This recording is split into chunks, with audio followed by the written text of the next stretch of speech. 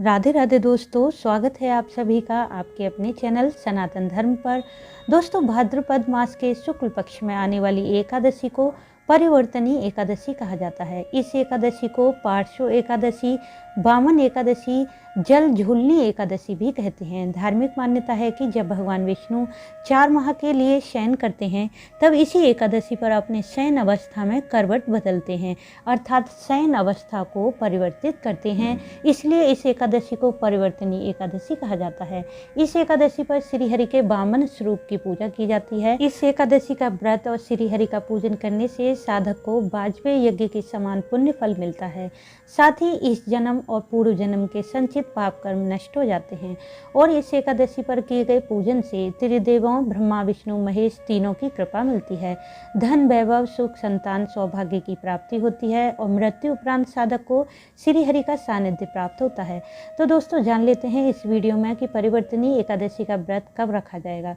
क्योंकि परिवर्तनी एकादशी इस साल 2 दिन की पड़ रही है, तो जानेंगे कि व्रत करना किस दिन श्रेष्ठ रहेगा, एकादशी तिथि कब शुरू होगी और कब समाप्त होगी, इस एकादशी पर श्रीहरि का पूजन कैसे करें, कौन से मंत्रों का जाप करें जिससे सभी कामनाएं पूर्ण हो जाएं, और इस दिन श्रीहरि को किस वस्तु का भोग लगाएं।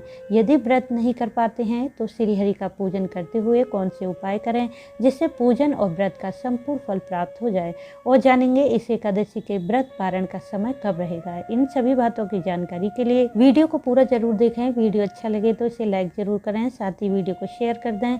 यदि आप चैनल पर पहली बार आए हैं तो चैनल को सब्सक्राइब करना ना भूलें, बेल बटन को भी प्रेस कर दें जिससे नई वीडियो का नोटिफिकेशन सबसे पहले आपको मिल जाए।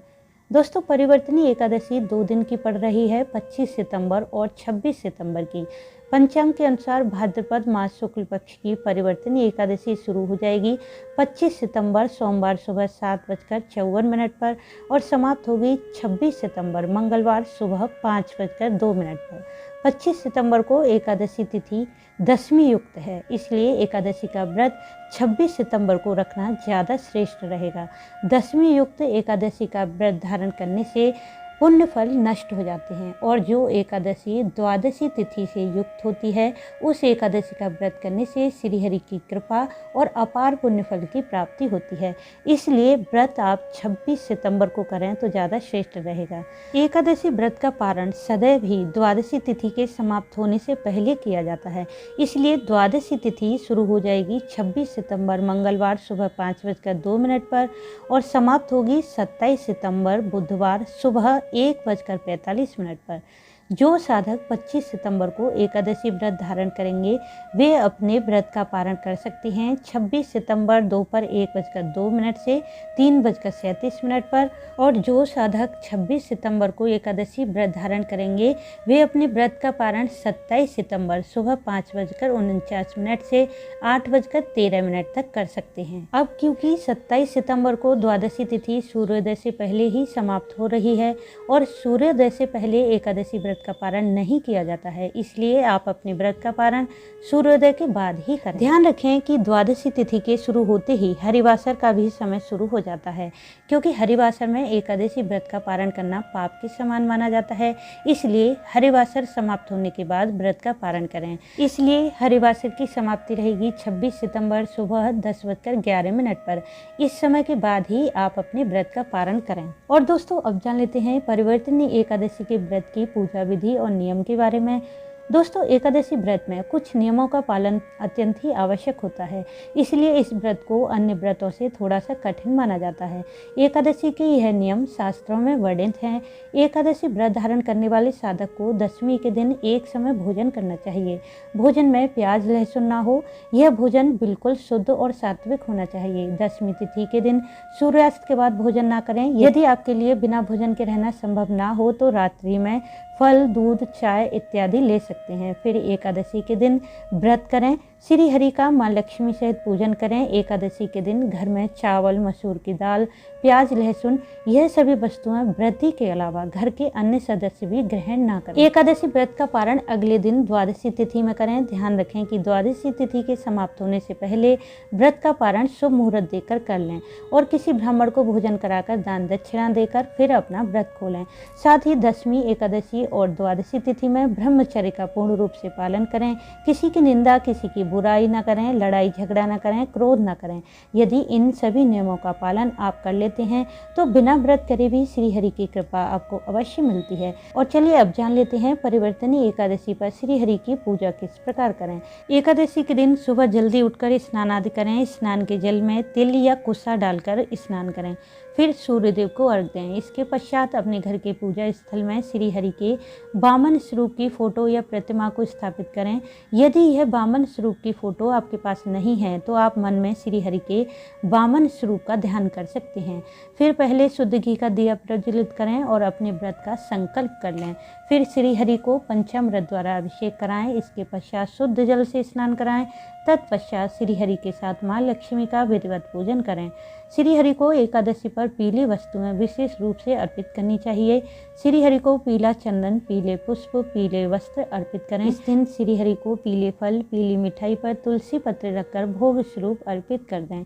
भगवान विष्णु का पूजन करते हुए इन मंत्रों का जाप करें। मंत्र है ओम नारायण विद्महे वासुदेवाय धीमहि तन्नो विष्णु प्रचोदयात्। यह विष्णु गायत्री मंत्र है। इस मंत्र के जाप से घर में धन धान्य बढ़ता है, सुख शांति और समृद्धि बनी रहती है। वैवाहिक जीवन सुखमय बनता है और सभी दुख दूर हो जाते हैं। इसके अलावा दूसरा मंत्र है शांताकारं भुजगशयनं पद्मनाभं सुरेशं विश्वधारं गगन सदृशं मेघवर्णं शुभांगं लक्ष्मीकांतं कमलनयनं योगी विद्यान नगम्यं वंदे विष्णु भवभयहरं सर्वलोकनाथम। इस मंत्र के जाप से साधक को सभी कार्यों में सफलता मिलती है, साथ ही शक्ति साहस मिलता है और जीवन में आ रही सभी समस्याओं से छुटकारा मिल जाता है। इनमें से किसी भी एक मंत्र की 1, 3, 5 या 11 माला का जाप आप कर सकते हैं। इसके अलावा इस एकादशी पर आप परिवर्तनी एकादशी व्रत कथा भी अवश्य पढ़ें या सुन लें। पूरा दिन व्रत करते हुए मन में श्री हरि का ध्यान करते रहें। शाम के समय एक बार फिर श्री हरि का पूजन करें।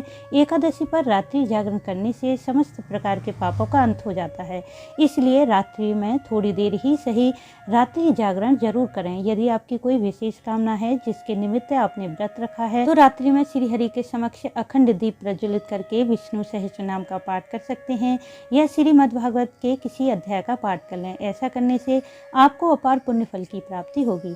एकादशी पर किसी कारणवश यदि आप व्रत धारण नहीं कर पाते हैं तो श्री हरि का पूजन करते हुए उन्हें केले का भोग लगाएं और कुछ केले इस दिन गाय को खिला दें।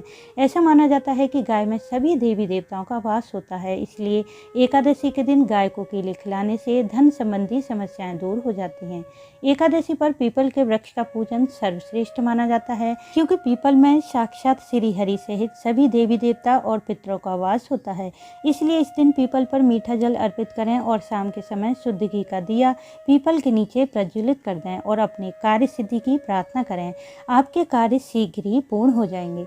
एकादशी व्रत का पारण अगले दिन द्वादशी तिथि में करें। द्वादशी तिथि में स्नान आदि करके श्री हरि का पूजन करें। शुद्ध सात्विक भोजन बनाकर किसी ब्राह्मण को भोजन अवश्य कराएं।